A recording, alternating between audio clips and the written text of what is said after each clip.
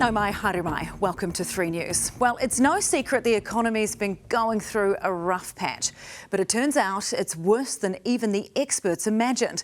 The latest GDP figures, that's gross domestic product, show the economy shrank by 0.9% in the June quarter. The major banks were picking a drop of less than half that, around 0.4%. 10 out of 16 industries were down, with mining, manufacturing and construction among the worst hit. And while the government is blaming international turmoil and uncertainty over Trump's tariffs, the slump looks even worse when compared with other countries. But could there be a silver lining? Here's political correspondent Zane Small.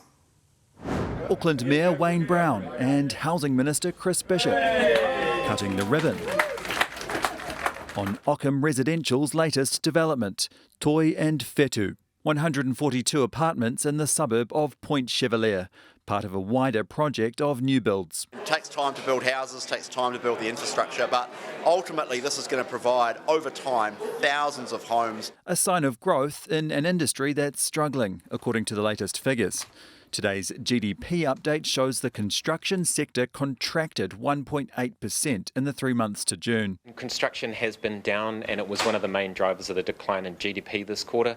We're seeing declines in both residential and non-residential construction. It's obviously been a really tough time for construction over the last couple of years, and those building consent numbers have come down from really big highs, and that's been driven by high interest rates, obviously. Overall, New Zealand's GDP decreased 0.9% in the June quarter, and that followed a 0.9% increase in the 3 months to March. We've now seen 3 of the last 5 quarters of economic activity falling. The Minister for Economic Growth blames uncertainty caused by Donald Trump's trade tariffs. The data we're discussing today started the day before United States tariffs were announced, and it does seem to have had a chilling effect here at home. The 0.9% contraction in economic activity was worse than what the major banks had predicted, of around 0.4%. The June quarter figure was also worse compared to the same period in Australia, Canada, Japan, Britain and the United States. How can you blame international headwinds when Australia's economy grew 0.6%?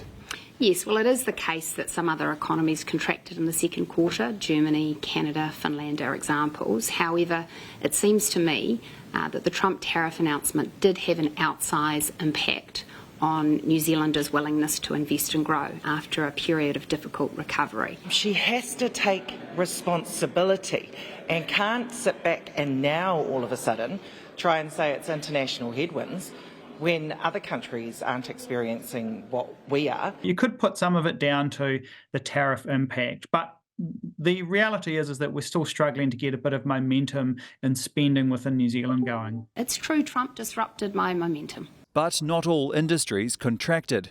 Electricity, gas, water and waste services were up 0.4%.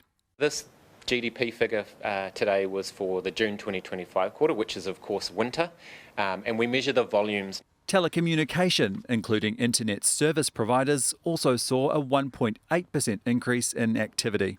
There is no doubt we have been through a very difficult economic recovery.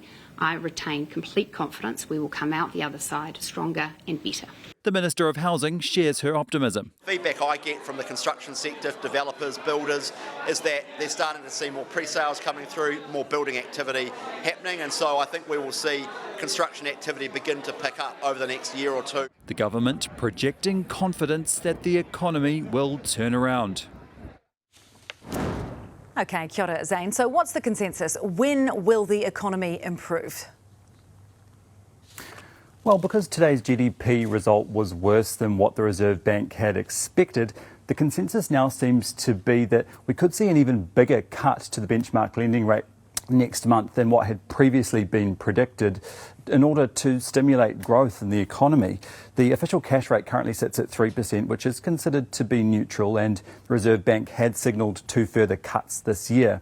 But after the release of today's data, Westpac is now predicting a 50 basis point cut next month, which would bring the official cash rate to 2.5%. And then with another potential cut in November, it could get as low as 2%.